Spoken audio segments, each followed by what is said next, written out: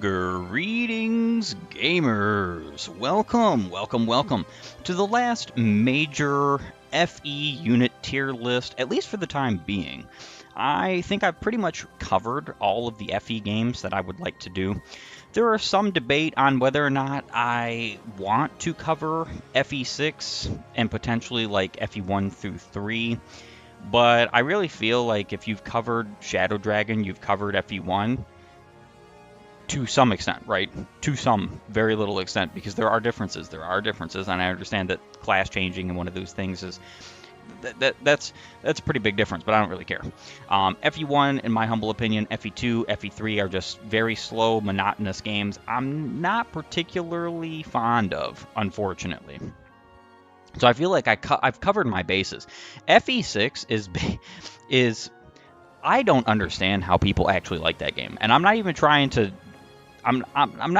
be mean, but there are so many heinous problems with that game. I think the only thing that I like about FE6 is that it has so many guidance, and I love guidance. I think hidden chapters where you must meet like requirements in order to obtain them is so cool.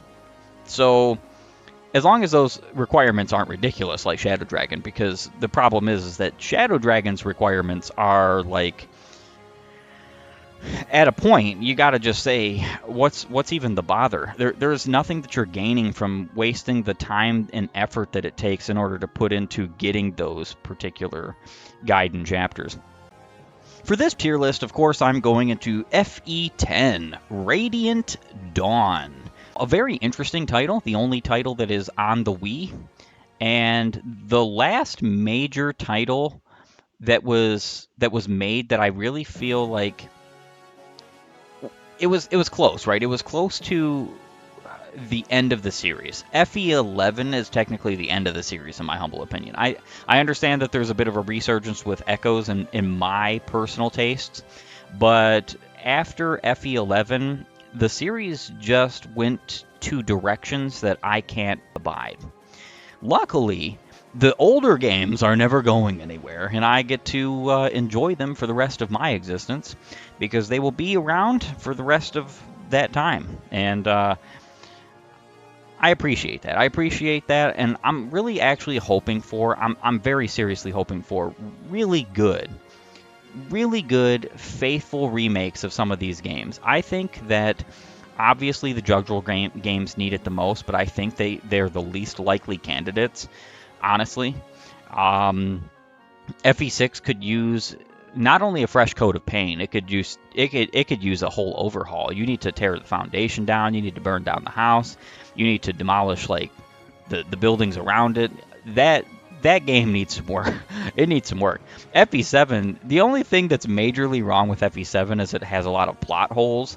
FE8 is kind of like, it's hilarious because it's the most content-rich FE ever, but also the least content-rich at the same exact time. It's very funny how that works. And then you've got things like the Tellius games. The Tellius games really could use a remake just because they're out of reasonable access for most people. And not only that, even if you can access them, there's a lot of quality of life improvements that very clearly need to be made. But I would say that there are some things that these games offer that other games don't. Like, for instance, fixed mode on FE9. Oh my gosh, they need to bring that back 30 years ago. But besides all of my ranting and raving, to go over the little tier list rankings, I have S for Royal, A for Epic, B for Ordinary, C for Subpar, and D for Dawn Brigand. Unfortunately, some notably, I want to say, enjoyed characters are probably going to be in Dawn Brigand. So the very first unit I want to rate in this particular game is Micaiah. So Micaiah is one of these units that I have to put in Ordinary. She's a B tier unit. It's kind of funny because you would almost be like, well, wait a minute, Gamerman. She's literally the only main lord in the series that has infinite 1-2 range access, attacks on the weaker defensive standpoint, has pretty decent stats, especially once she finally reaches her last promotions, and has the ability to use staves, and even gets a pretty high staff rank upon promotion. Let alone the fact that she has one of the more interesting personal abilities or personal skills of the earlier games in the franchise, and that is that she has sacrifice. She can heal. She can basically take her HP and give it to somebody else, and then she also restores status conditions. And she doesn't even have to heal HP. She could just restore a status condition with it. It's free experience points pretty much every turn as long as you've got damaged units. I like Micaiah. Do not get me wrong. I actually like Micaiah. I think she's a decent Lord unit, but I really feel like because of the strength and power and the capacity of most of the units, as well as utility of many units in this particular game, Micaiah cannot possibly, and I mean cannot possibly, rank any higher than B tier. I feel like I am being extremely generous with her, because if I was going to be very honest with her usefulness and utility as compared to the other main lords of this entry, and how hard it is to train her and so on and so forth, and how tedious it is, especially on the higher difficulties, I would say that she definitely is the first member of Dawn Brigand. but in my humble opinion, I actually think she is pretty decent. She offers a lot of utility that not a lot of units do offer, especially with Thani. So this game having triple weapon effectiveness means that the Thani is literally, no jokes aside, a bomb. It is an attack of utter disgusting proportions at times against the mounted units and armored units in this game, and there's a lot of both. What's cool about that is that you never have to use any weapon other than Thani with Micaiah. If you buy the Light or L-Light, or if you buy Purge, notwithstanding, right? Purge is something that she can't do with Thani, of course. I would use the Purge alongside Thani. You never have to use anything other than Thani. She gets 90 uses because she gets 2 45-use tomes. You never have to Hammer it. You never have to do anything like that. You're never going to blow through both. It's not happening. So what this means is that you can just use her best tome in the entirety of the game. And if you do happen to be privy to giving her a tome to be blessed, then you would obviously just give her something like Nosferatu or Rexaura or something of that sort, because Thani is not as good as those at the point of the game that she would be in for that use, especially because the Thani is basically useless after the second end game chapter in the final, Rebirth Tower. So I think that Micaiah deserves a B tier, humbly, in my personal opinion, which, like I've said, is actually far and away above where she technically belongs, because in reality, in retrospect, her start is terrible. 15 base HP, and I think she has either 0 or very close to 0 defense.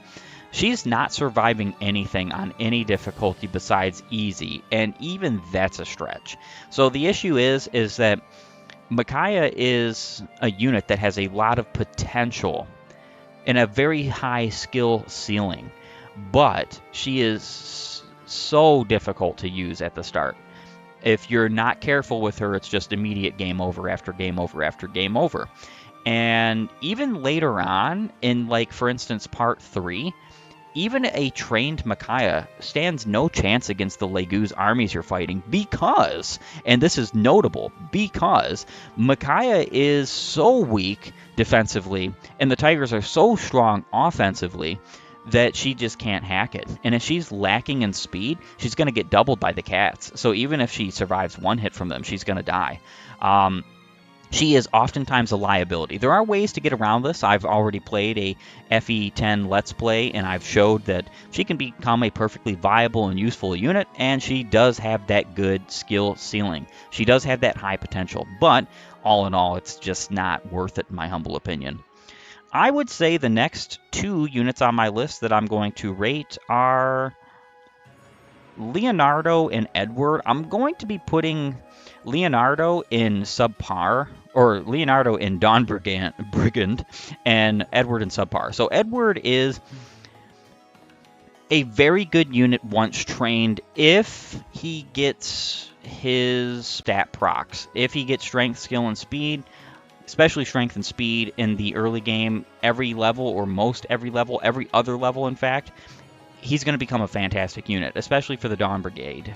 But, I almost said Brigand, I don't think he's necessary. He is a perfect example. Him and Leonardo are actually perfect examples of units that you just use to use for the time and then you drop them. And that's what I do with the Dawn Brigade. I use units in the Dawn Brigade until I get better units and then I drop the Dawn Brigade because they're just not useful. Leonardo is a bow unit, and though they have good end game, in fact fantastic end game, they have terrible early game, and he has probably the worst early game in this entire game. Some people would say that it's a bit ridiculous for me to rate Edward below Micaiah, and I find that you have to be kind of ridiculous to say that yourself, especially because there are some pretty cheeky units that replace Edward that are 1,000 times better than the dude. I mean, honestly, it's just instantly understandable. Now, Nolan is going to seem also like a little bit of a strange placement for me. Nolan is C tier, subpar. Nolan is not great. Even trained, he's not great. I have almost never capped strength with Nolan, and the reason why is because his strength growth is not that great. It's almost like he's built to be like a magical warrior in a way, but he's not because there are no magical axes in this game or bows. In fact, what I would say is like the best contribution of this dude would be to train him and promote him, right?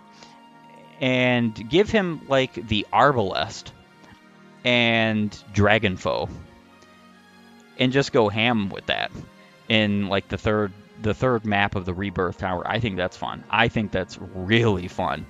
Using the Arbalest on a warrior with Dragonfoe is insanity. You can basically one-shot dragons, and I just find that to be insanely humorous. Nolan is a perfectly viable unit in the early game of the Dawn Brigade. For the first few chapters, just like Edward, I don't think he's any better than Edward, though. He does more damage at times, but sometimes he doesn't. And this game having skills that are removable and relearnable, I think it's actually a huge detriment to units. It's fun. I like it, personally, but I think it's a huge detriment to units because it means that somebody like Wrath Edward is not really Wrath Edward. You can take Wrath off of him and give it to somebody else. Now, of course, it does have to be said that units that have built-in skills, those do not take up capacity. So there is always a higher skill ceiling with a unit like Edward who has Wrath inbuilt, because then he can add 2 other skills rather than just 1, and have like a flurry of skills like Wrath, Resolve, Adept. He can have all of the above, and when he does have all of the above, he becomes kind of an insane unit with those caps. Same thing with Nolan. Nolan with Nihil is actually pretty interesting because you can give him other skills and abilities to augment that. The problem is that Nihil is only useful for fighting a few bosses in the end game. And why that makes such an interesting case is that means that anybody who gets Nihil for free doesn't really care about Nihil being there for free. And that means that somebody like Edward has that high skill ceiling, whereas Nolan doesn't. There is nothing you're going to do with Nolan that requires him to need the Nihil, because there are just better users of Nihil for the point in game that you would use it. Alright, Laura is going to go in D tier, Dawn Brigand. So she is obviously an essential part of your team for healing in the early game. Kind of. The reason why she's so low is because she is very weak at start, very hard to train, takes a very long time to train. She is a candidate for early promotion, and that's not good for end game stats, really. And the issue is that though her healing is useful, there comes a time where you just get a hold of vulneraries, and her healing becomes less than useful. Now, that's not to say that it's not still useful, because having her heal Nolan and allowing Nolan to still attack is better than having Nolan use a vulnerary. But reality check. The Tellius games are the biggest enemy phase games in the series, at least of the games I'll play.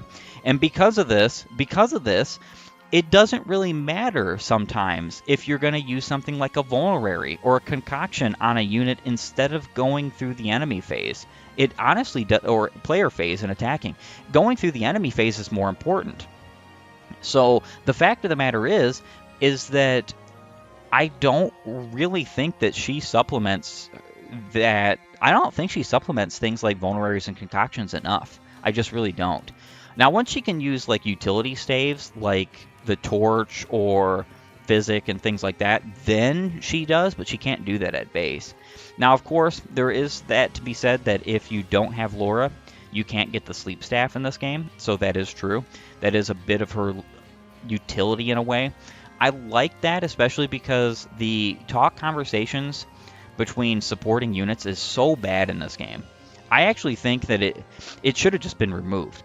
Very frankly, I like it for the fact that it's just quick and easy and you can just bypass it, but it's also like soulless, right? It feels like something that Activision would do.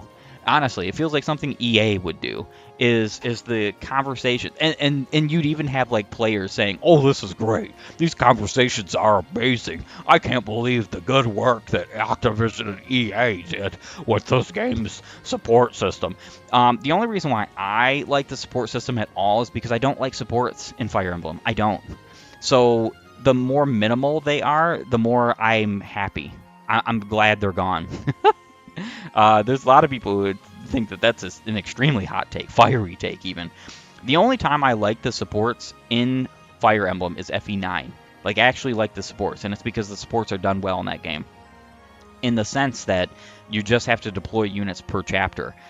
And so, I don't know. I just find that Laura is, barring her few contributions to the team with a little bit of healing here and there, I don't really think she's all that useful or good.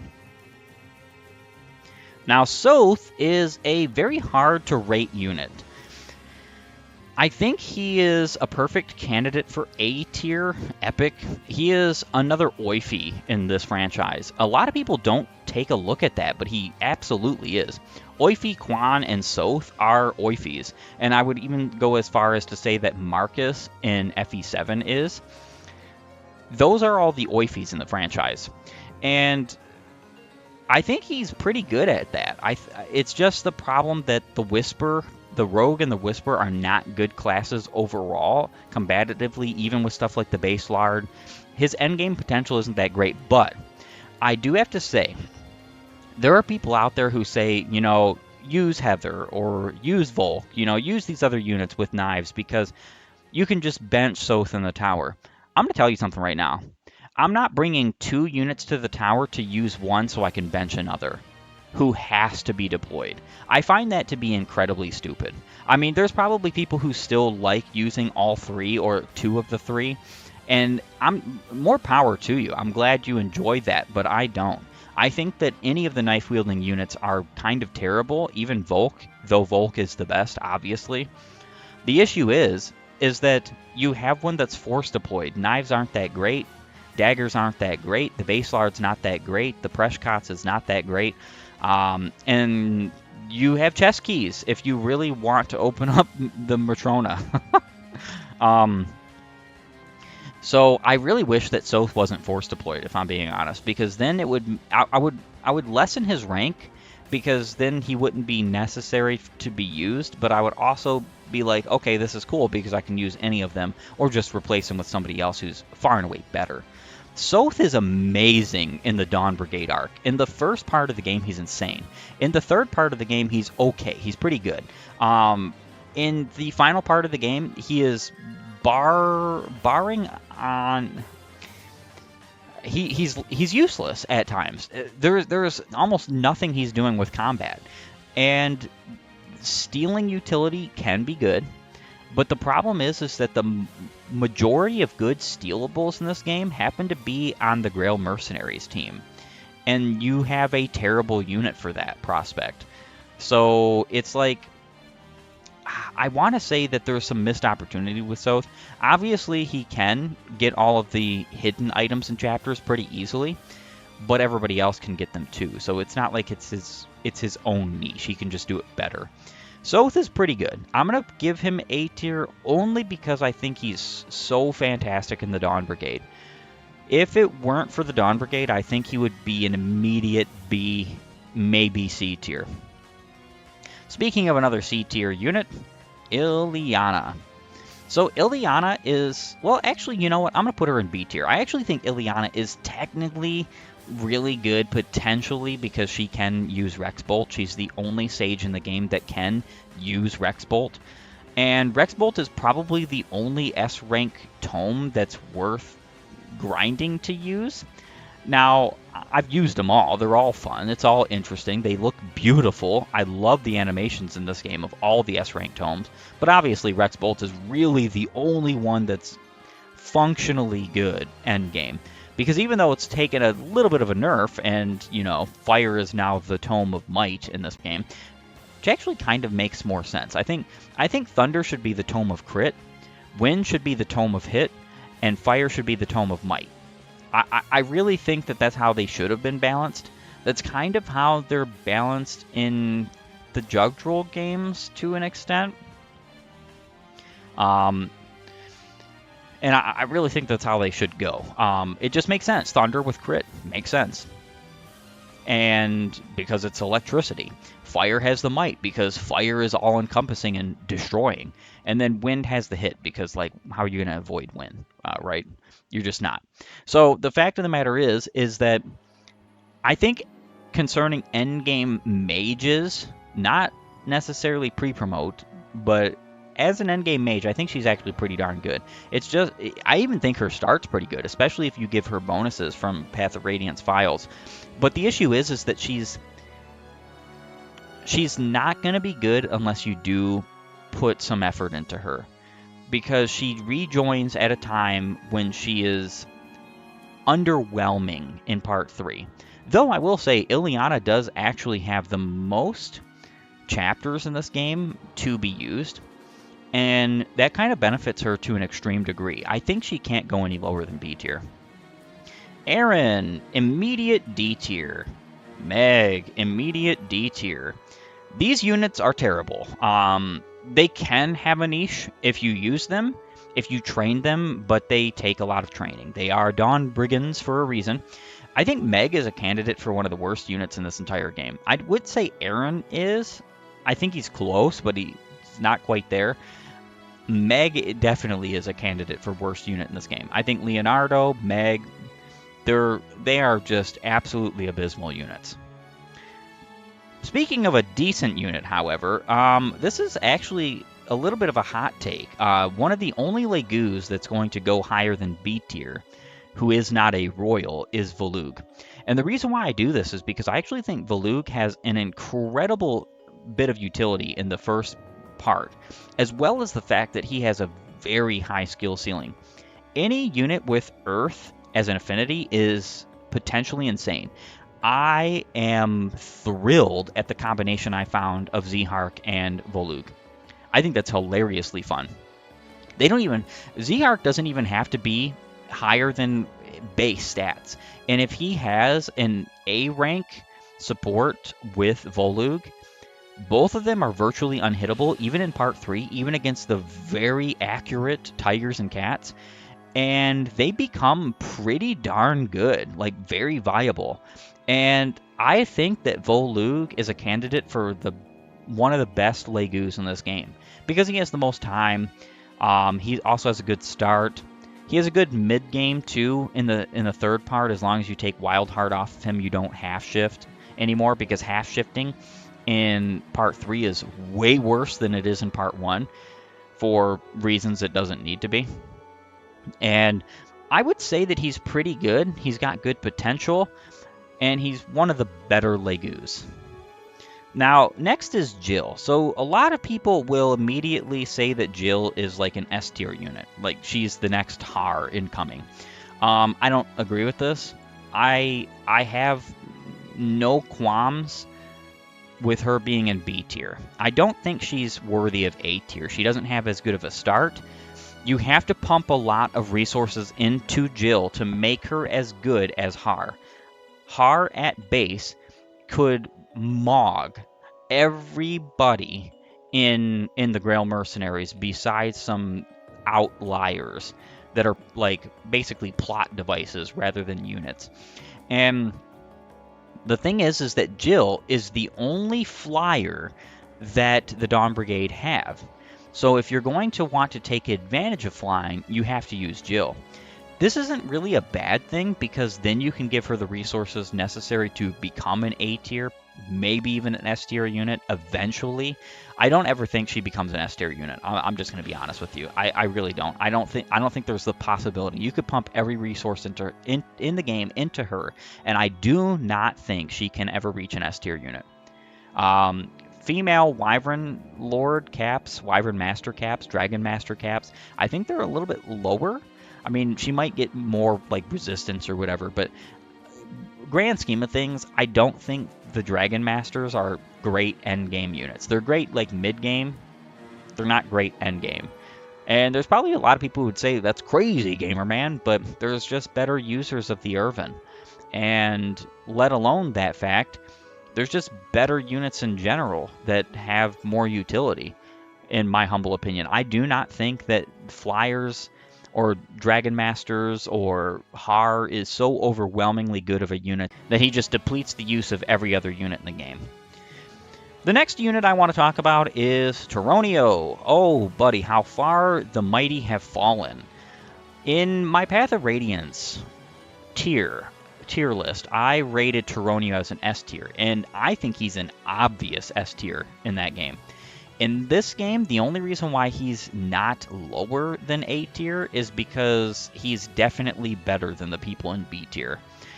I think that Tyronio has fallen hard. Now, he's very good in the first part, and he's decent in the third part.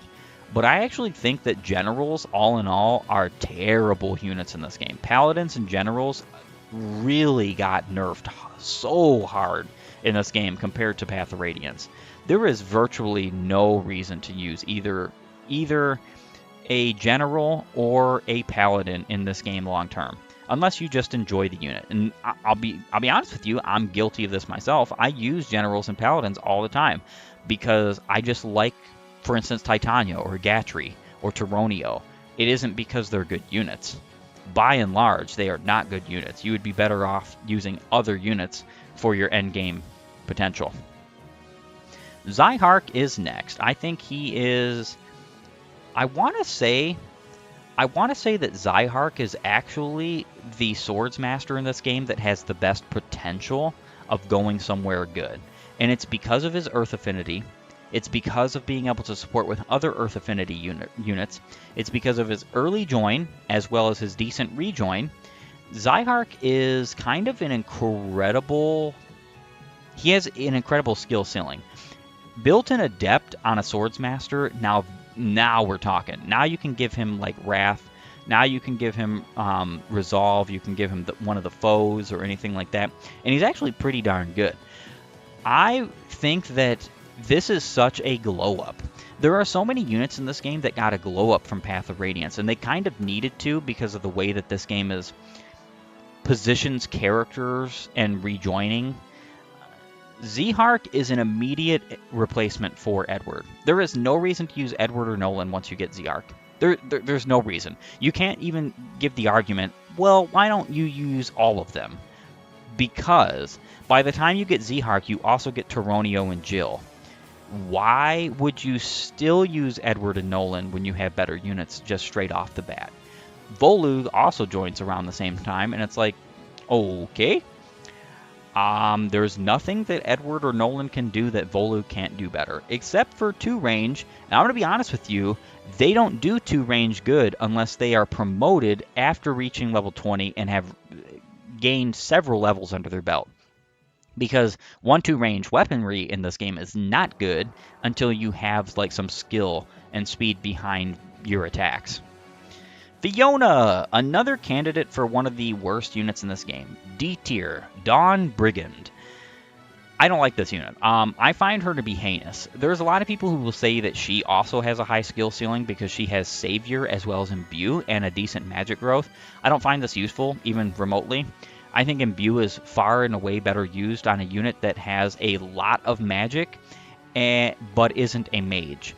Like, for instance, Alencia or Mist or the Dragons or so on and so forth. So she does have like that option. Sure, she does have that option. She can even do the cheesy, funny strat because she has Earth Affinity by supporting somebody like Zyhark and then rescuing him. She won't take any penalties and she'll get the full bonus of the whole of their support while carrying him.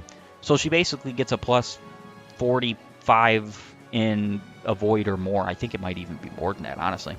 And then she can just move around and do whatever. The problem with this is that her bases, joining quite a bit later than Leonardo, aren't pretty much any better than Leonardo's. And though she's in a better class with a better weapon type, I cannot give her anything better than this. Now, when it comes to the next unit, Tormod is very hard to rate. I think he's a C tier, subpar unit. The only reason why the dude's not in D tier is because he is decent for part 1 when you can use him. And you can train him in part 4 if you are careful. The problem is he has to be trained. He's basically a Nino in this game in part 4. In part 1, he's like the bee's knees. In part 4, he's a freaking Nino. That's insanity. That's the only reason why, again, he's not getting D tiers because his contributions in part 1 are pretty darn good. He can pretty much wipe the floor with just about any unit that you're going to face in part 1. Part 4, though, like, throw him away. Alright, so Moram, I think, also belongs in C tier, but Vika, unfortunately, belongs in D tier. Dawn Brigand. Moram has some redeeming qualities, even when he comes back in part 4. He's still actually reasonably strong at that point. The problem with Tigers is that the max speed that they have is 30. This is abysmal. Every general in the game has a max speed higher than 30. Not much higher, granted, but higher. So he might do more damage with a single hit if you can actually level up his strike rank, which takes forever and a day. But I feel like if you're not using a general because their speed is terrible, any of their speeds are terrible, except for I think Meg. Meg has a decent speed tier. I think she gets like 34, but even that's not that great.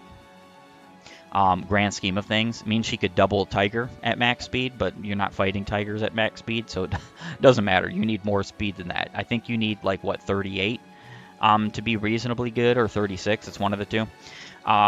So I think he's decent. I think he's pretty darn good in the first part. He's decent in the fourth part, much better than Tormod, except for the fact that Tormod does have 1-2 range. And then there's Vika. Vika is kind of like one of those units that I feel she was inserted into this game. And a little bit of a side rant here. I feel like Radiant Dawn did not need to add a single new character from the Path of Radiance story.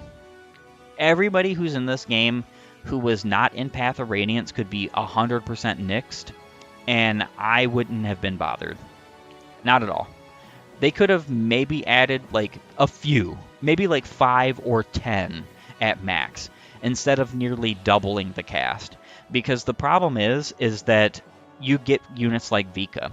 Vika is good when she joins, but only barely good. When she rejoins, she's utterly abysmal. I think Moram untransformed is better than Vika when she rejoins. And that's saying something. Nyla. First unit in S tier. In fact, she's going to be joined by Raphael, S tier. Nyla is insanely strong, though she is the weakest of the royals. I don't exactly think this is unreasonable, though, because she has some niches that the other royals cannot fulfill. Like, for instance, she has much higher resistance. She's capable of using some very interesting skills like glare. So she does have uses to her. But obviously, she's the weakest of the royals. I think even some people would say Naysala is weaker, but I think Naysala is much better, much stronger, much more capable. It makes sense. She's a female. The fact of the matter is that the male units of these games were stronger because biologically males are stronger. Unfortunately, this might break a lot of your hearts. This is reality, and I don't like neglecting reality just for fantasy. Fantasy should have some realms of realism in it. Otherwise, you can't believe it. You can't be immersed by it. So I actually like this. And like I said, she still has niches. She still has uses to her name that are very good, that bring her to a point where she's still viable, she's still useful, she's still capable. And I feel like that's perfectly fine. In part 1, she's insane. There's nothing that can possibly defeat her. Even untransformed, I think she is still totally insane. Now, Raphael is a totally different story. I think Raphael's more insane than even she is. I halfway want to make a double S tier. All right, so I did make a double S tier. I'm separating these two units. I think that Raphael is one of the best units in this game. I don't think he is the best, but being able to continually dance for 4 units, regardless of him being transformed, is just insane.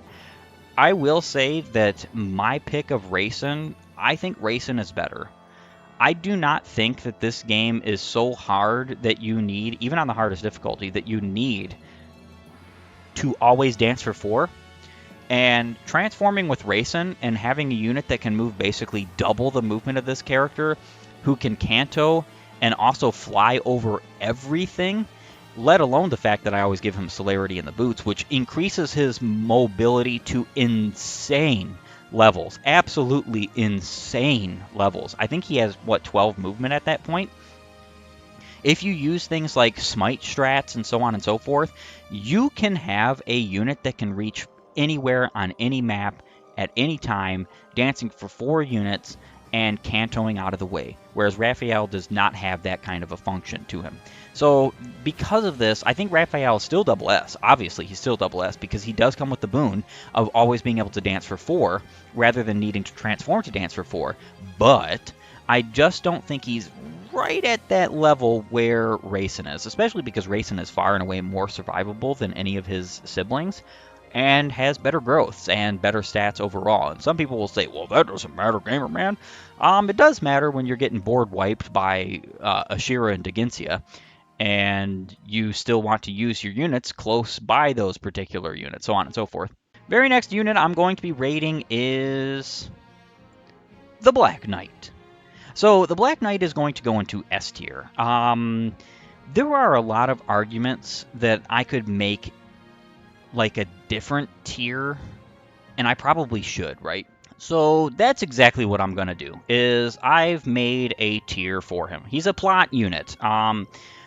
He is only around for a couple of chapters in part 1, and of course it's so very fun playing with him. I think he's one of the coolest and most well-designed units in this game. And a lot of people would say that his armor doesn't look functionally right, like real medieval armor. No, get off that, please. This is a video game.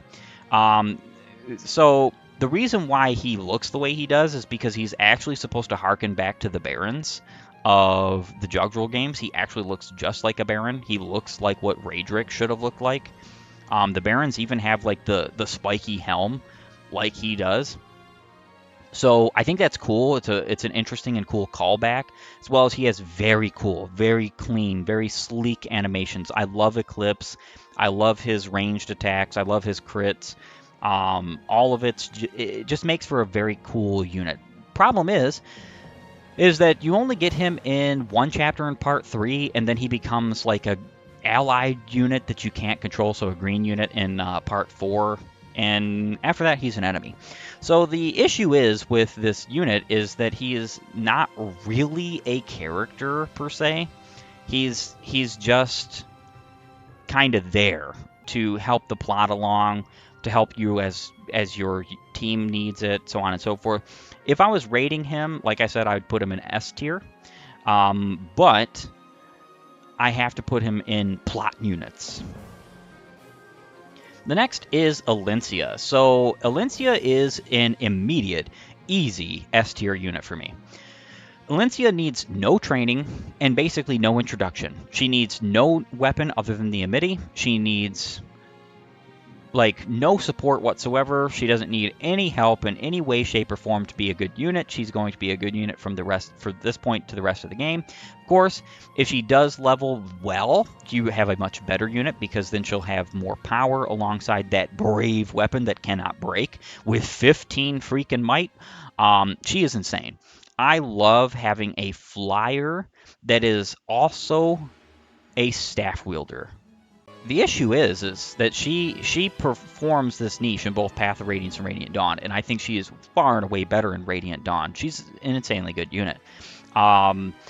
Typically a unit that I use pretty much for the whole of the game because I find her ability to be so darn useful and her flying utility as well as staff utility to be so darn useful that I kind of can't justify benching her. I just can't.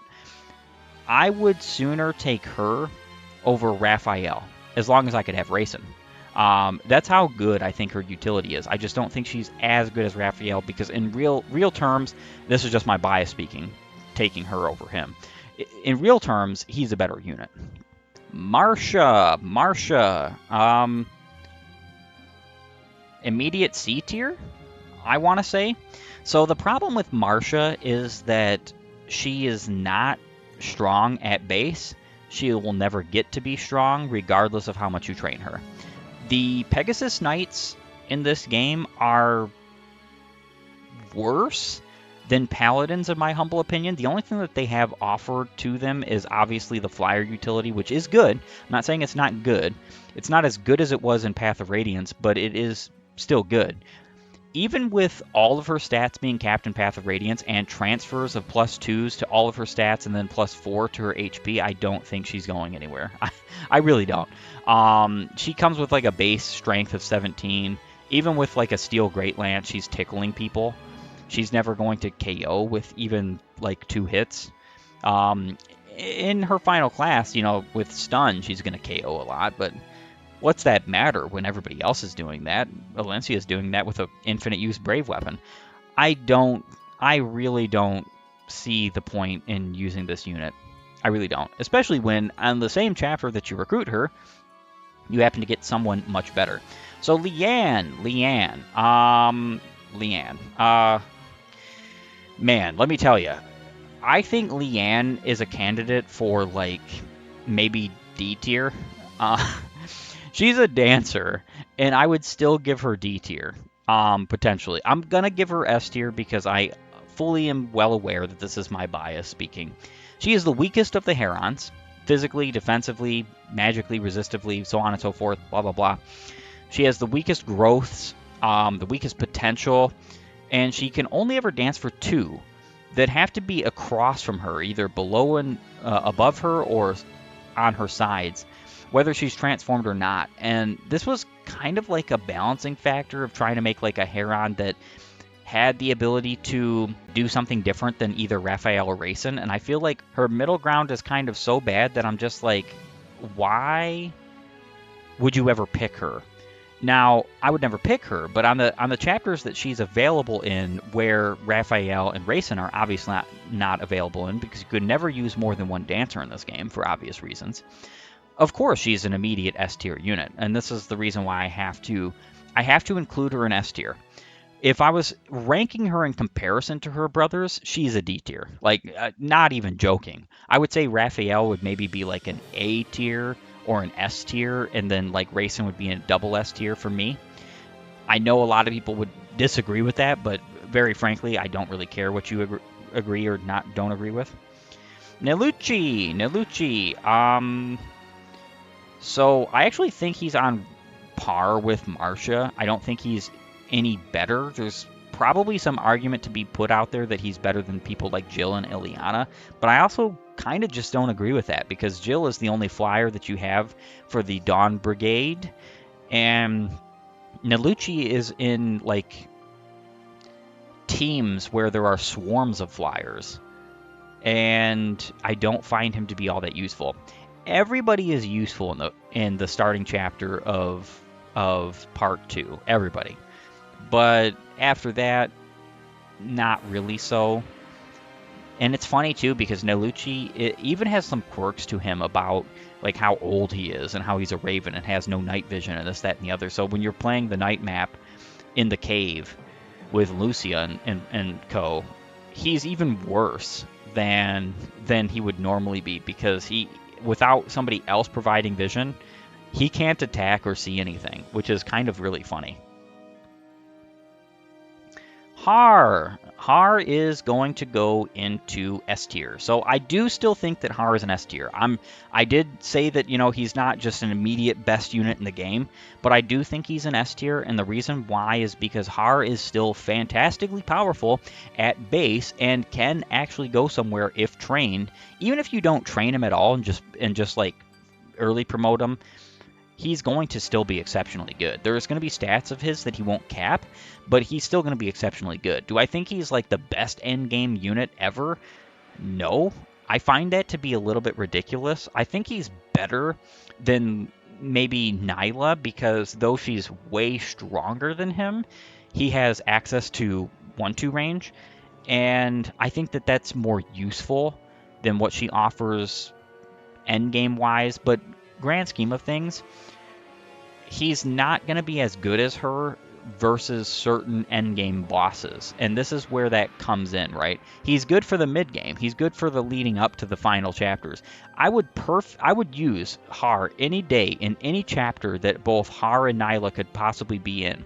So let's say Har and Nyla were from the beginning of the game available with their base stats available. I would use Har over Nyla every single chapter and then bench Har at the end game and use Nyla. Because though there is still 1-2 range, and a lot of it in the end game, she has reasonable resistance, and she's very good against the end game bosses. Whereas Har doesn't have reasonable resistance and is not good against the end game bosses. The next unit to speak of is Baram. So Baram is probably the Armor Knight in the worst situation in this game. Well, probably the General in the worst situation in this game, because you get 3 Generals, you only get 1 Armor Knight. The Armor Knight has already been ranked in the lowest possible tier at this current time. So Baram is a C tier. He's subpar. The guy has good potential because he is an Axe Armor and the only one who can use the Irvin. I actually find this kind of insane. I do not like how Turonio, who is heavily stressed to be like a sword armor in Path of Radiance, even though Armor Knights and Generals use both lances and swords, and he has A in both. I really look at him and think Sword Knight, right? I don't think Lance. And they gave him lances, and I don't like this. I think there should have been more sword armors, particularly because there are more sword like endgame weapons. If you're going to use all of the armors, you're actually hampering yourself, because Turonio and Gatry both share the lance weapon type, and they can only get double S in that type. There's only 1 double S lance, whereas there is 2 double S swords. Where this comes into play is if you are going to use them, you have to use a double S weapon. You cannot use any Bjork unit in the endgame for endgame potential for fighting any of the endgame bosses without double S weapons. Even Forges, as I proved in my Radiant Dawn playthrough, using a Forge with Har is not good enough. It's just not good enough. The Thracian axe that I made for him had tons of hit, tons of crit, tons of might, almost maximum on might that I could have gotten. In fact, it would have only been a little bit higher had I been able to get the right card. I just didn't feel like going for it. And if I did, I still don't think it would have made him any better, grand scheme of things. And unfortunately for that, what that meant was because he didn't have the Irvin, he didn't have that much higher attack necessary. He wasn't really doing much besides like KOing spirits, and I find that virtually useless. Braum is of the same situation. Neffany, I think, is marginally better than Braum. I'm going to put her in B tier just because she is better than Braum. I would much rather use Neffany than Braum. She has better stat caps. She's in a better class, technically, because her stat caps are a little bit better in some aspects, especially because she's a female.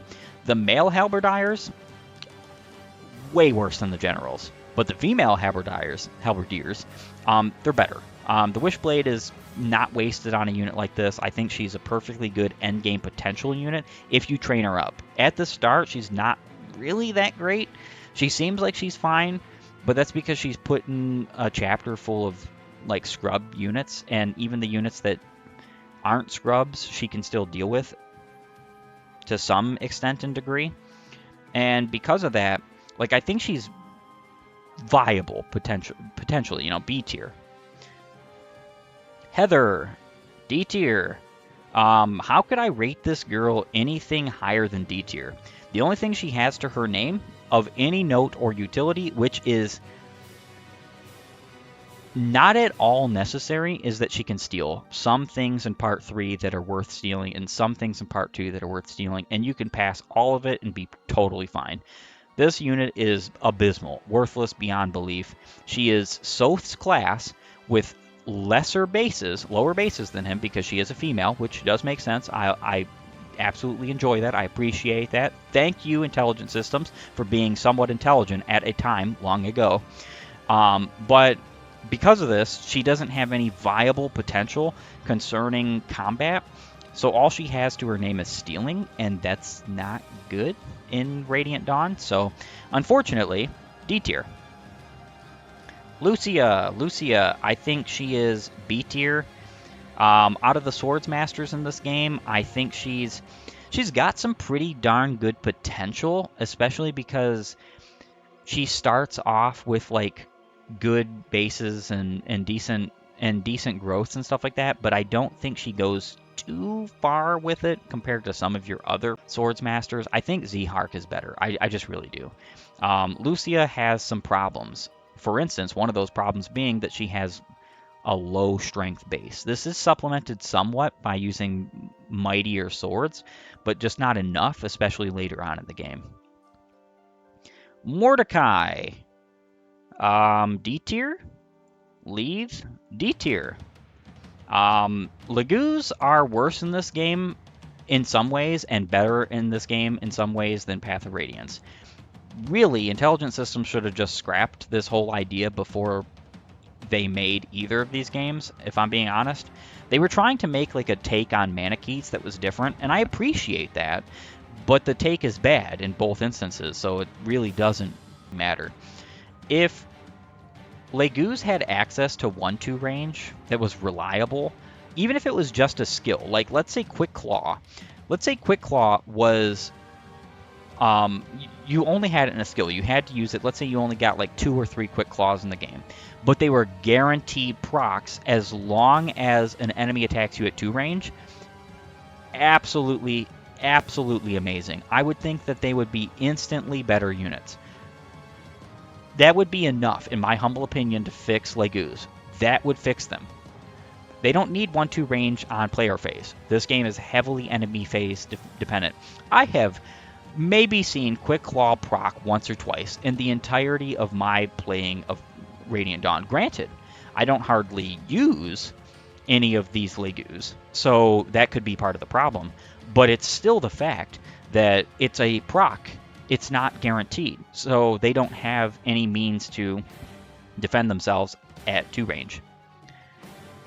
Jeffrey, C tier. Kyran, C tier. Astrid, D tier. Makalov, D tier. Devdan, D tier. Khalil, D tier. I'm probably breaking a lot of people's hearts with this. And I'm sorry if that's the case, but so Jeffrey and Kyran out of the Knights of Crimea are the best. They are the best options you have for like late game potential, but they're paladins. Astrid and Makalov are also paladins. They have bad end game stats, so they don't really have good end game potential. They don't really have great use. Even with Paragon being free on Astrid and Jeffrey, I don't think that's good enough for them. Just not good units. Devdan is insanely bad. I think his bases are marginally better than Nephani's, and the problem is you get him for a whole lot less time than Nephany. Khalil is a better, I want to say a better fire mage than Tormod because she has more availability, but she's also not really that great because though she has more availability, her stats, her bases, her growths, it's just not needed. She's not needed. She's probably the only one of this group that I might have like mistiered. She might belong in C tier alongside like Tormod and friends. But being honest with you, I think she's almost interchangeable between C and D tier. The only reason why Tormod's not in D tier is because he has viable contributions to the Dawn Brigade and getting them through the slog that is the first part of this game. Changing it up quite a bit, Ike in S tier. I think Titania is going to go in S tier as well. Titania is the only paladin in this game, I believe, who's worth using. And the reason why is because she's an Axe Paladin with good bases, good, fantastic growth rates. She is available in every chapter Ike is available in, and useful pretty much for the whole of the game. Even endgame wise, she's decent with the Irvin. She will get pretty decent resistance, pretty decent speed, pretty decent like statistics. Not great. I'm not going to tell you that she's fantastic, but her contributions in part 3 and in part 4, even if she's not good for the tower or defeating like endgame bosses, are so good that I would be fooling you, or a fool myself, if I said that she wasn't worthy of S tier. Ike is worthy of S tier because he is, in this game, one of the better lords in the franchise. I would say that, you know, obviously still it goes Sigurd, Seliph, Leaf, and then potentially like Ephraim. I would say Ephraim goes next, and then like Hector goes next, and then Radiant Dawn Ike would be 6th place, which isn't like a high bar because he isn't even in the top 5, but he's still a better lord in the franchise than most other lords. Marth doesn't come close. I wouldn't even say Alm and Celica come close. Erica is nowhere to be found. Lynn, Elliewood, gone. Roy is like, throw him off a cliff somewhere. Ike is fantastic in this game, especially because he gets the Ragnell so darn soon. It's like the fix that I wanted in Path of Radiance that really shouldn't be there because it would just make him too broken, right? But if he had it earlier in Path of Radiance, I think it would be worth it to put higher. But before he even gets it, here's the crazy thing. He still has reliable 1-2 range in Wind Edges and Storm Swords. So the fact of the matter is that even before he gets the Ragnell, he still has 1-2 range. So he can still deal with the enemy phase tanking that is necessary in Radiant Dawn because this game is the most enemy phase heavy in the franchise. Ike is insane. Ike is very good. His stats are very good. His growths are very good for the most part. There are some that aren't that great. His endgame potential is insane. His promotion's awesome. The fact that he has the Ragnell is great. He gets the Nihil or a Nihil scroll. It's not for free, but he does get it. I would definitely say he's an S tier unit. If you don't think he's an S tier unit, I would say you're kind of a bit off your rocker. All right, Soren.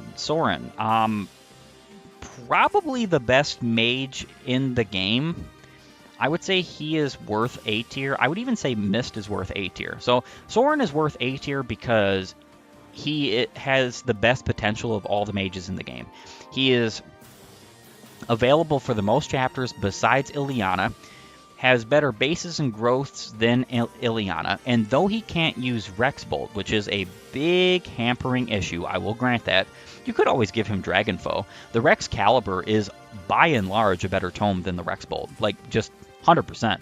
So if you were to give him Dragonfoe, he would do everything you need him to, or you could just say give Dragonfoe to somebody who actually would use it better, like an Arbalest-wielding warrior, and give him, like, Thoron as a secondary tome. He doesn't need Rex Caliber to deal with Daginsia. He's not fighting Daginsia. You could use Thoron or something of the sort against the fire dragons or whatever, and he'd be perfectly fine with that. I actually think that Soren is pretty underrated in this game. He's touted about as being like the best mage in the series by some people in Path of Radiance, but in Radiant Dawn he's terrible.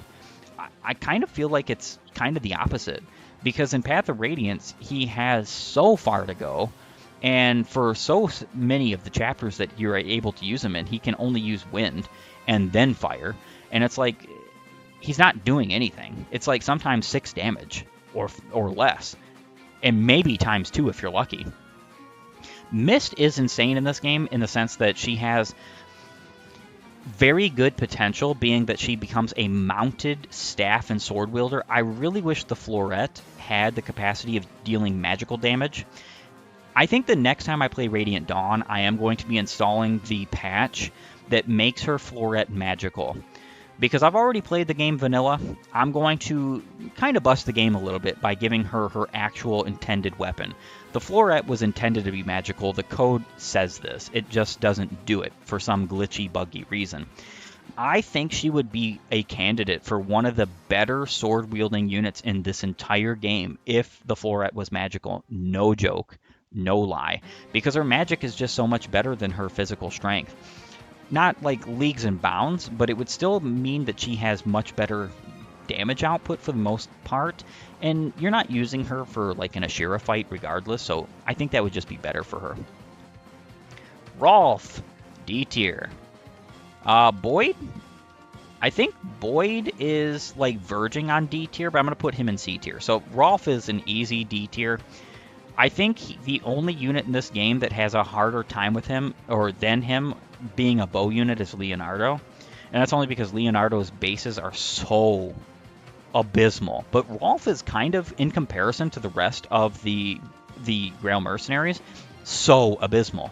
The only reason that salvages Rolf, the only thing that salvages Rolf compared to Leonardo, is that it's easier to train Rolf when he's surrounded by giants, because those giants can protect him.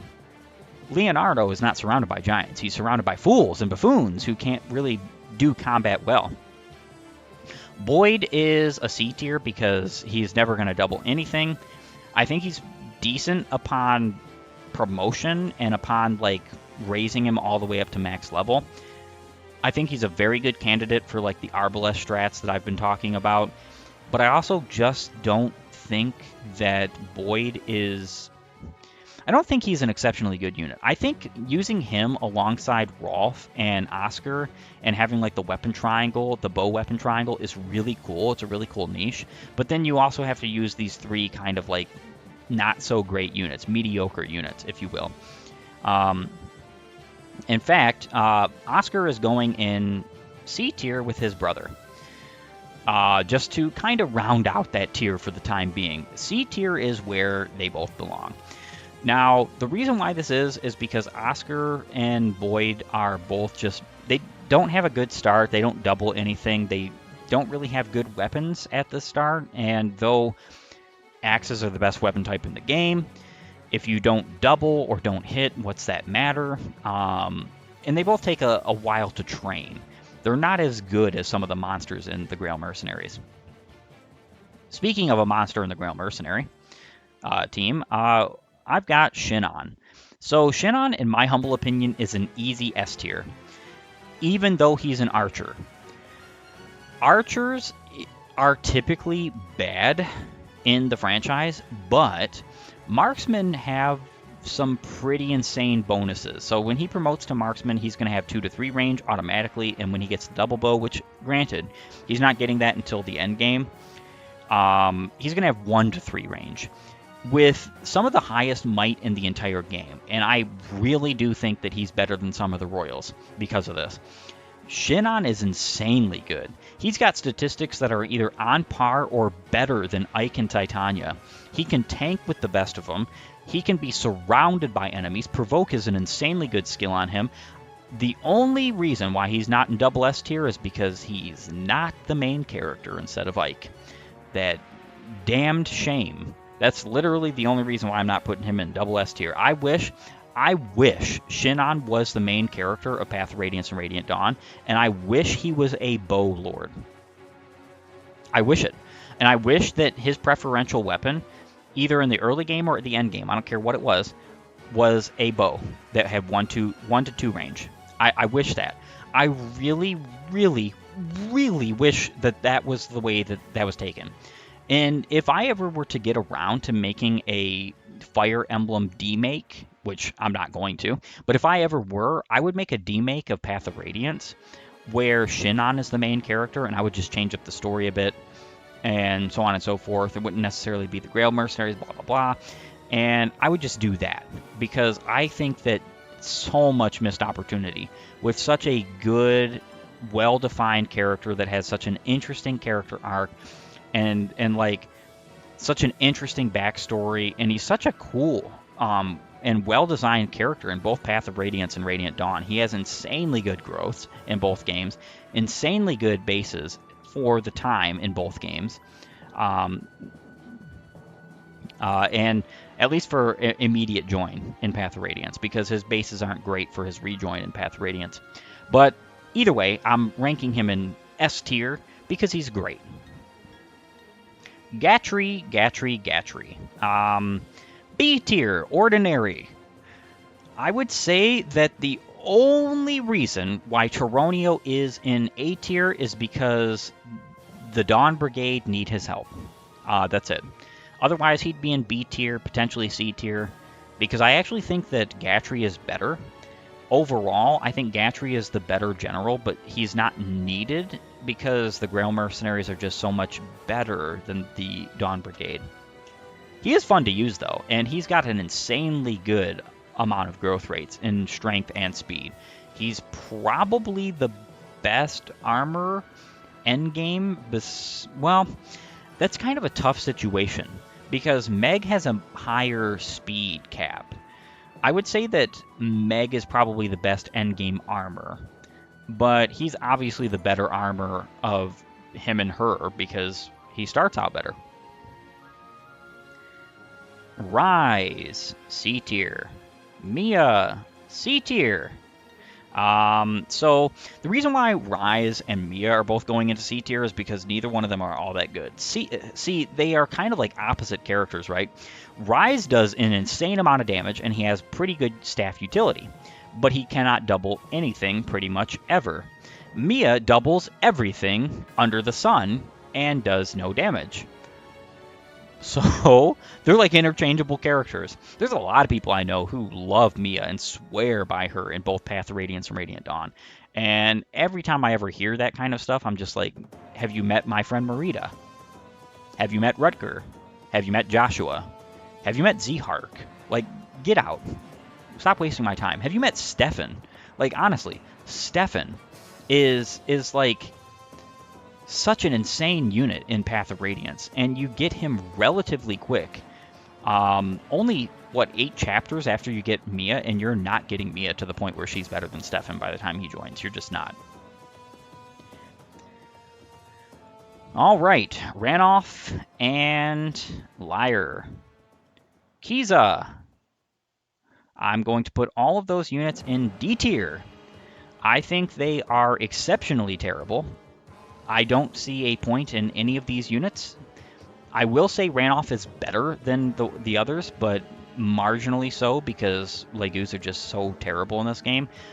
This game being so enemy phase focused, units that don't have 1-2 range or access to it at all are severely underwhelming and underperforming. Racin. So Racin is, like I said, double S tier. I think he is the best of the dancers options that you get in this game, and it's just because of his movement type. It's just because of Kanto. If he didn't have his movement type or Kanto, I think Raphael would be a shoo-in for the best. But because of this, Rayson just has an insane amount of movement. And once you give him stuff like boots and celerity, like I do every time I play, he becomes such an incredible asset to an extent that you can't really fathom. He is so much better than Leanne or Raphael when it comes to movement and positioning. It's kind of insane. And some people will say, well, you could just use Smite to get Raphael in position. Raphael can't fly. There's maps and positions and points where he's just not useful. I even showed this off when I was playing in the end game. Specifically in the first part of Endgame and the third part of Endgame, there are actually a lot of like holes in the ground where you can't pass unless you have a flyer, and he can pass them because he's a flyer. There's choke points that he can get past because he's a flyer. Raphael's just never doing this. Regardless of Smite, regardless of shove, you could have 35 people with Smite and it doesn't matter. Raphael's not going anywhere. Janeth and Alki, I think, are worth C tier. I don't think they are as terrible as some of their Legu's counterparts.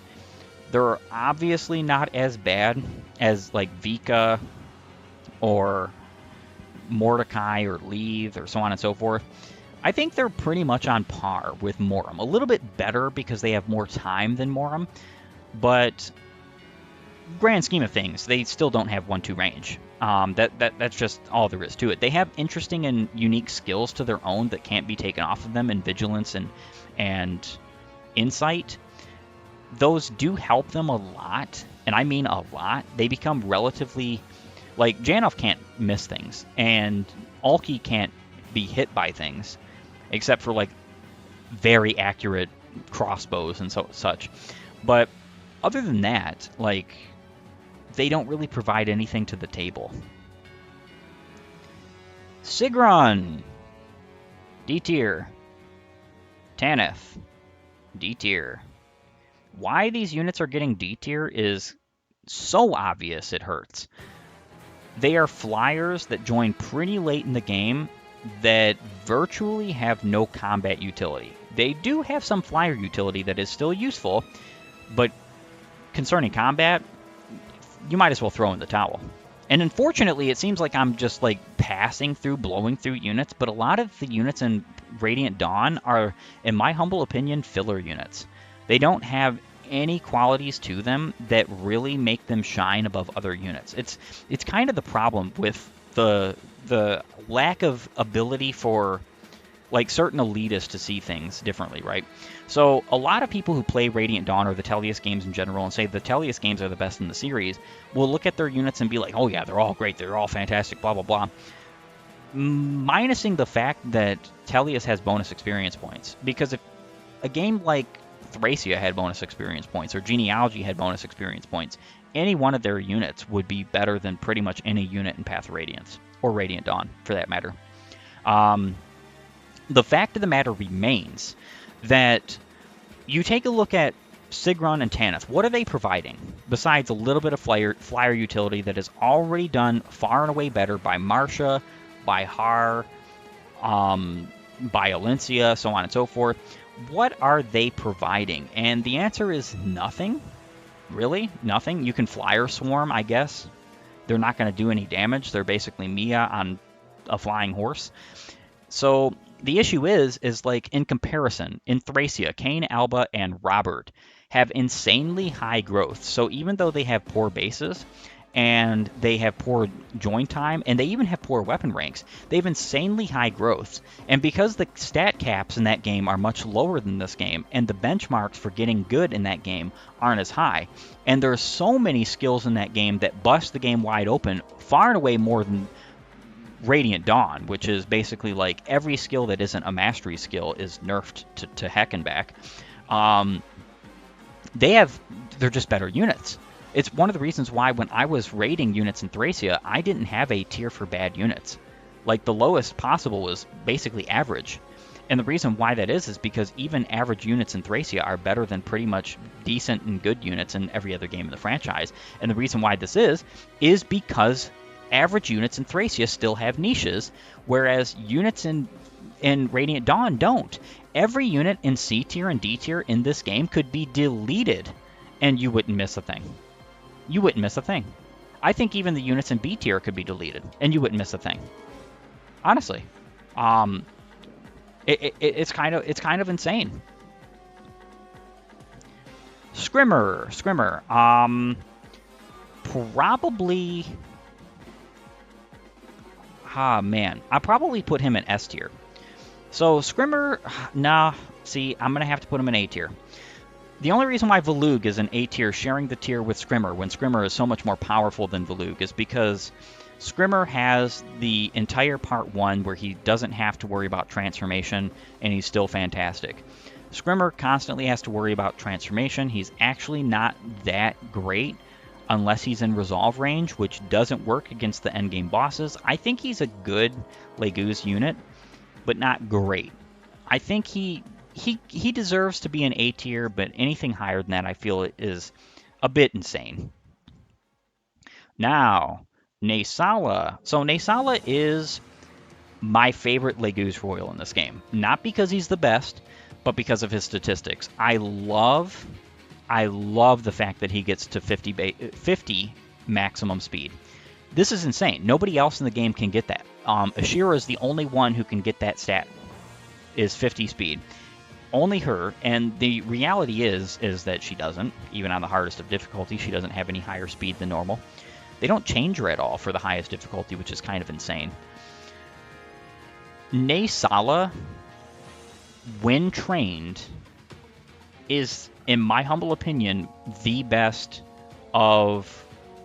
I want to say the best or the second best of the Legoo's Royals. I would say the only one better than him is Tibarn.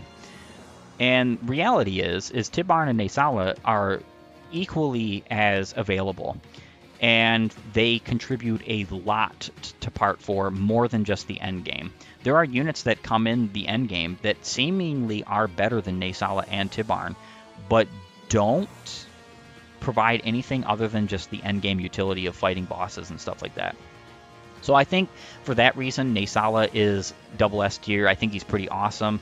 I love the fact that he's got such high resistance growth and such high resistance. And though he is the only Legoo's Royal that has an S rank and not a double S rank, I don't think this hampers him too much because though it takes a while to train him to double S, I feel like it's worth it. Because an 18 might Raven's Beak is just so much better on him because then he'll have a 58 attack before anything like Blood Tide, and he's just... I think he's really an insanely good unit. He's one of the few units in this game that can reliably and always double, even at base, all of Ashira's auras and Ashira herself, and Degensia, so on and so forth. Sanaki. Sanaki is a B tier unit. A lot of folks look at her and immediately say D tier, E tier, F tier, because her survivability is so bad. But she's basically... she's the fire mage that you would want out of Tormod, except for the fact that she cannot use staves. She only has light, or she only has the animatomes and light, which is cool as a niche, but what she really should have had was the animatomes, light, and staves. And I really think if she had all that, she'd be an easy A tier unit. But this is one of those problems where it's almost like going back to Path of Radiance with the pre-promoted sages and not having good weapons because they have to use knives. Now, light is far and away better for her in this game than like the knives for the pre-promoted sages in the previous game, but it's still not great, right? What is she going to do with that? The only thing that I can think of that she's going to do with light is have Purge, have it blessed, and share it between her and Micaiah, and then like Laura and Rise. And you can do that because that's fun. That's honestly fun. It's pretty much the only way you're gonna do this particular strategy. And you could even have Dragonfoe on at least on one of them. And then you have a Purge that's going to absolutely annihilate, like, let's say, a white dragon, and then the others can just pick off red dragons. I actually find this to be a really fun strategy. The problem with this is this means that one of your units is going to be spending a blessing on that weapon, and if you're going to bring in Laura, Rise, Sanaki, and Micaiah, you're probably going to want to, like, bless the Purge on either Laura or Rise, because they're not going to be good in combat regardless anyway. Maybe like Nosferatu on the other, and then like Rexora on Micaiah and Cymbeline on Sanaki. I don't think the Rex Flame is good enough to replace Cymbeline, if I'm being honest. I really think that Cymbeline Sanaki, when trained, is an insanely good unit with a high skill ceiling. She just needs to be trained. She's basically like a Nino that's actually good at base because she actually does damage. Tibarn, he is an easy double S. I think he's candidate for best or second best Royal in the game. And at least of the combat viable Royals. Insanely good stats. Pitiful growth rates. Doesn't matter at all. If you actually wanted him to cap out stats, you could just give him bonus experience points, and he would guaranteed cap all of his stats. He is incredible.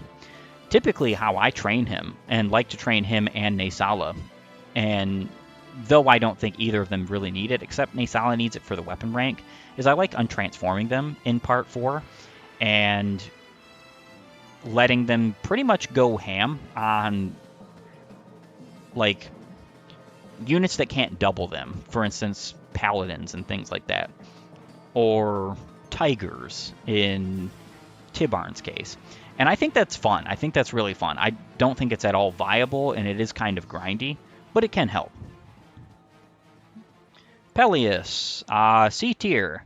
The only dark magic user you get until the absolute endgame, and you only get him or the other dark magic user if you're playing on the tier or on a second playthrough.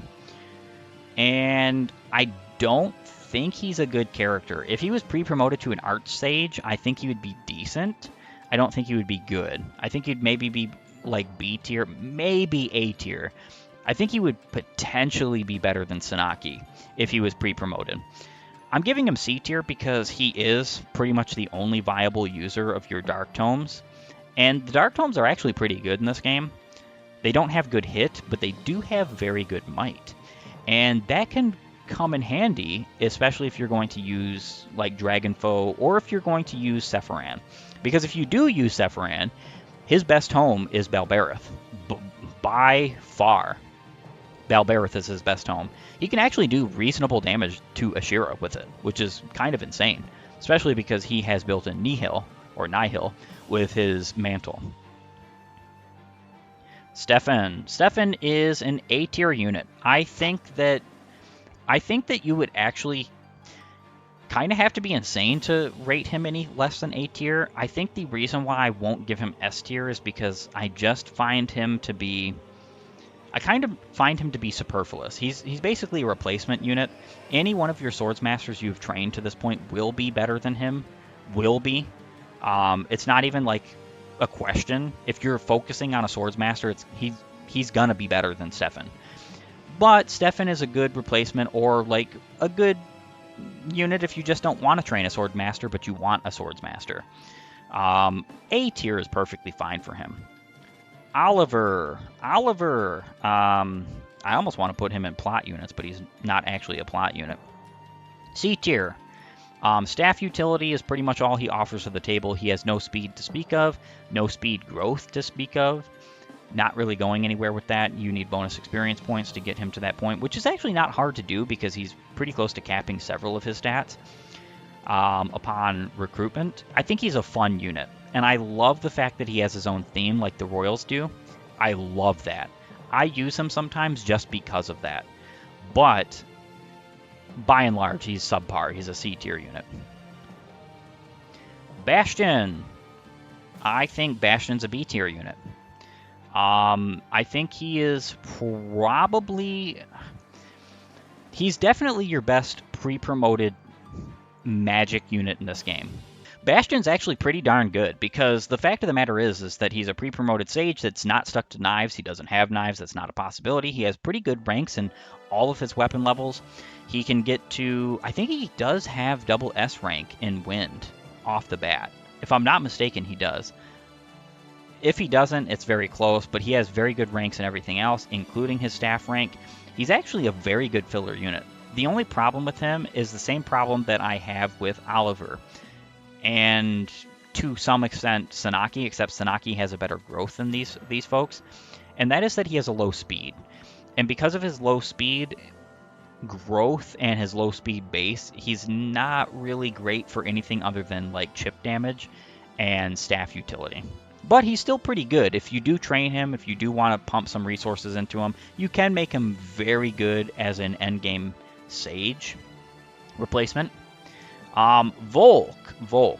So I want to put Volk in S tier because lethality alongside his plus 25 crit that he gets for his class is pretty insane. Pretty darn insane.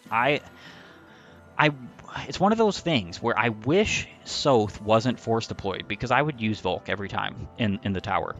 But I just cannot justify bringing 2 knife-wielding units into the tower. I really can't. When I could be bringing a different Royal or a different legendary double S rank weapon user, it's just not reasonable. Now, you can do the fun thing where you put both Volk and Soth in the tower, and then you give the Preshkots to one, the Base Lard to another, you bless them both, and then you give them both to Volk, and then he has blessed permanently 1-2 range, and blessed 1 range. That's actually pretty decent.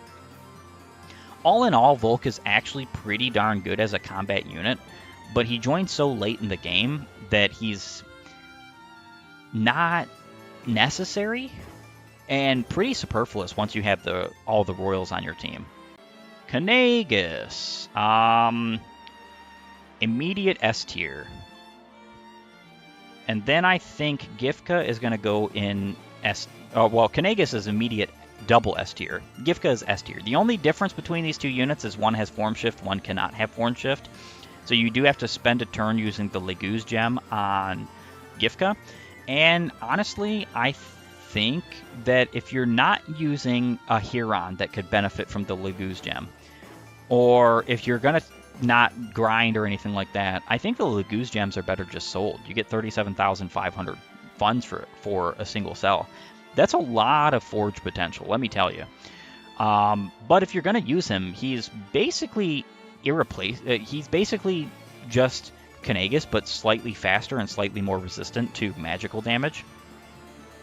And I think he's a little bit physically weaker. He's got less strength, but he's at base going to double even auras, whereas Kanagus won't at base. Kanagus needs a little bit of help. So you can almost say that they both belong in double S tier, but I really think that not having form shift is enough to put him down there. Granted, Gifka is still better, in my humble opinion, than Nyla, and he doesn't even have form shift, which is insane, but it's the truth. Kurth Naga. Kurth Naga and Ina are both going to go into B tier.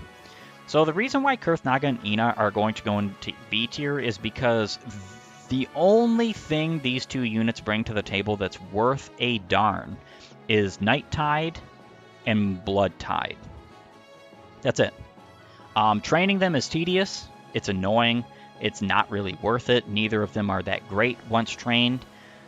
And regardless of all of this, even when they are trained, you're still looking at two units that have an A rank in Strike, and they are recruited in the first part of the end game, which is like, okay, you're only getting to double S rank if you do grind, and you have to grind both the first two chapters. Luckily, if you want to grind, both of the first two chapters in the end game are like grind city. You can finish them as quickly as you want or as slowly as you want. So sometimes I do grind both of them because I find having strong or like decently capable units that won't just immediately die to Ashira or Sephiran or Daginsia, like their map wipes and stuff like that, that also still have like the utility of Blood Tide, Nightpool, or Night Tide. I think they're useful for that in the very bare minimum. They can't go any less than B tier. Though, grand scheme, if Blood Tide and Night Tide did not exist, they would be D tier.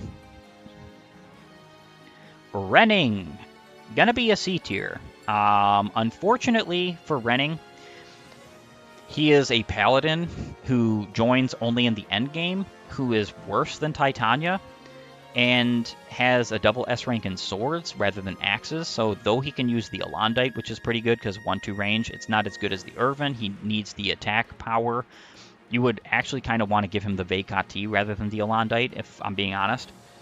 And being also honest, it's kind of insane. So the Amity says that it's wieldable by House Crimea, and for some reason, though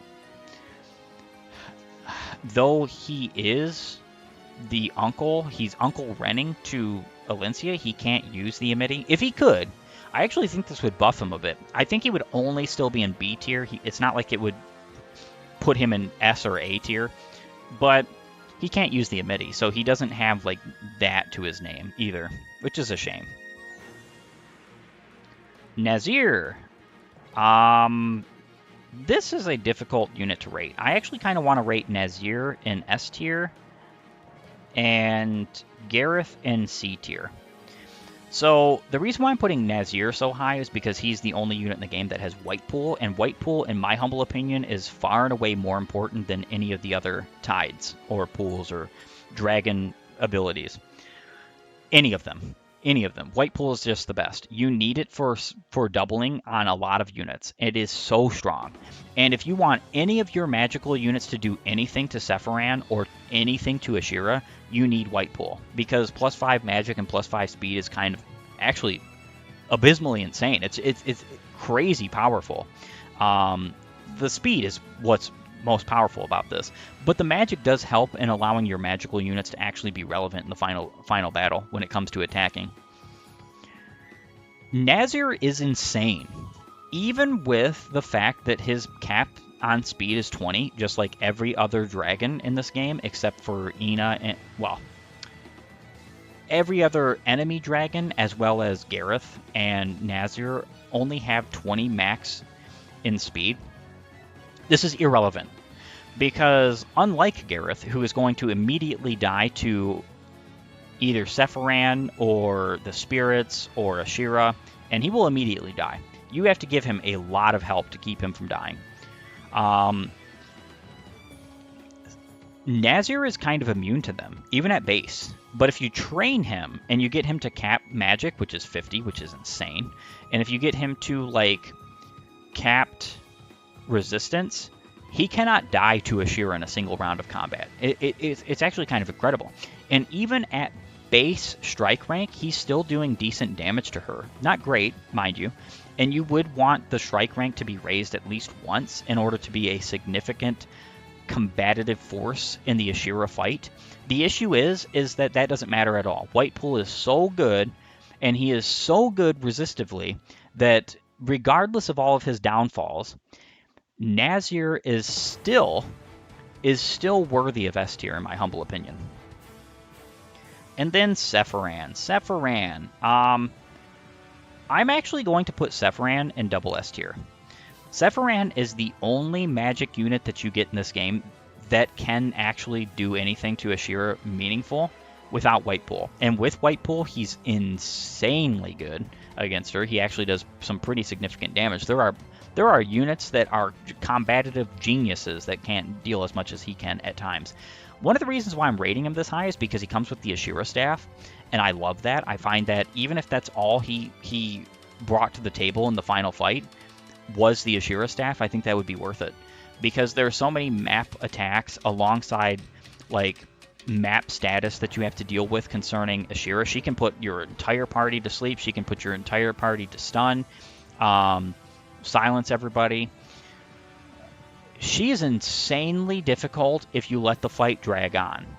Now, typically people don't let the fight drag on, so it's almost like, does the Ashira staff really matter? And my answer to that is still yes, because you're still going to take damage with a bunch of your units. The Ashira staff is not useful in any other particular battle, so why not blow it? Use it whenever you need to, and I think that's pretty good. I think it's pretty fantastic. Grand scheme of things, he's more like a plot unit, so in reality, I would probably put Sephiran down here with Zelgius, the Black Knight.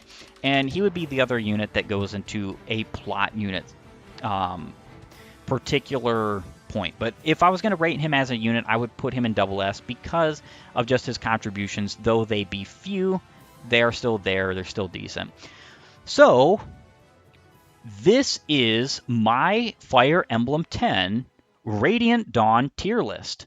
Tell me what you think. Tell me what you think. Do you have any direct things that you feel I just totally missed, or not only missed but glossed over? Or do you disagree, or do you agree with many of my lists or points in my list? What units of yours would you put higher, and what units would you put way lower? These are all things that I would say, tell me down below in the comment section. I want to thank you for joining me. If you like my content, please upvote and follow, or like and subscribe, depending on your platform of choice. While you're at it, have a great and glorious day gaming.